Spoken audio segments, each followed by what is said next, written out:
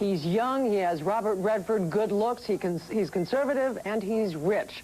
I'm not talking about Dan Quayle, I'm talking about Larry King's guest, Donald Trump. Would you have taken it if offered? I like that. Supposing Bush called you and said, Donald, forget this business thing. Come run. Forget about it. I just like that introduction. I mean, let's not get into this. That was a great introduction. I'm glad I came to the show. Supposing he called you.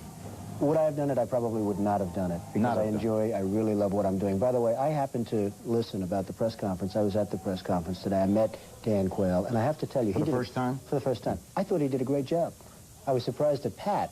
I heard Rick. I was surprised at Pat. I thought he did a great job. I was at the press conference. I know something about press conferences, and I watched. And I walked out. I was very impressed. I said, I didn't know him at all until then. He's a very impressive guy. Let's give America maybe a different look at you. You're the author of a bestseller, and everyone knows you as the owner of buildings and hotels. But you might be classified as an Eastern Republican. Fair? Well, I guess you could say that, yes. Which means kind of a Rockefeller, Chase Manhattan Republican? I never thought of it in those terms. How do you define? Are you a Bush Republican? No, I think I'm really, the people that I do best with are the people that drive the taxis. You know, wealthy people don't like me because I'm competing against them all the time, and they don't like me, and I like to win. The fact is, I go down the streets of New York, and the people that really like me are the taxi drivers and the workers, et cetera, et cetera. I mean, I really get a great response. Why are you a Republican? I have no idea. I mean, I am a Republican because I just believe in certain principles of the Republican Party. I was with George Bush today. I listened to George Bush. I listened to what he said, and I believe very strongly in what he said. I think he is going to be a great president. Is he going to win New York State? Perhaps not. Perhaps not. We have a Governor, Mario Cuomo, who's solidly behind Mr. Dukakis, who's also, by the way, really run a very formidable campaign, obviously. And Cuomo carries a lot of weight, and there's a lot of strength behind the Democratic Party. Do you resent it when money is used? Everyone's kidding about money. Harry Shearer was here early. He said that Benson will debate Quayle, and they'll throw money at each other. Well, I think they say it. I don't think it's very meaningful. I think to a certain extent it depends on how the money came, where the money came from, how it came. Did you make your money? Did you inherit your money? Did you this? Did you that? But I have to tell you, and I have to go back to it again, I was at that news conference. I was one of the few reporters, really, that was at the news conference. I watched. I thought Quayle did a great job. Why are you here? And I don't mean a good job. I mean a great job. Really Why are you here? I'm here because I'm a guest of Vice President Bush, Mrs. Bush, the Mothbachers, and some others. And as an observer? As really an observer, and it's an interesting system, and I wanted to see really how the system works. It's the first time that I've been involved in a convention.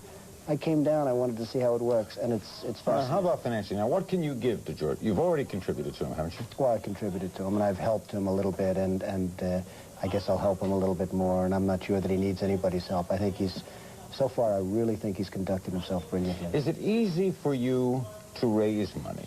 Yes. No, it is.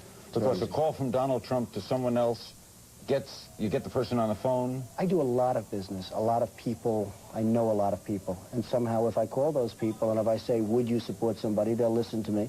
And if they agree with me, I mean, they're not going to support somebody that they don't care for, that they don't like. But it's not hard to raise money for Vice President Bush. I mean, he's a very formidable guy, and people like the man. Why are you involved in politics at all?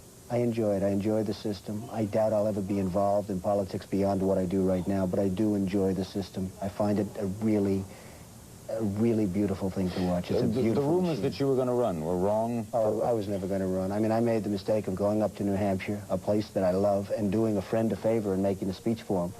It got tremendous publicity. It was one of my good speeches, by the way.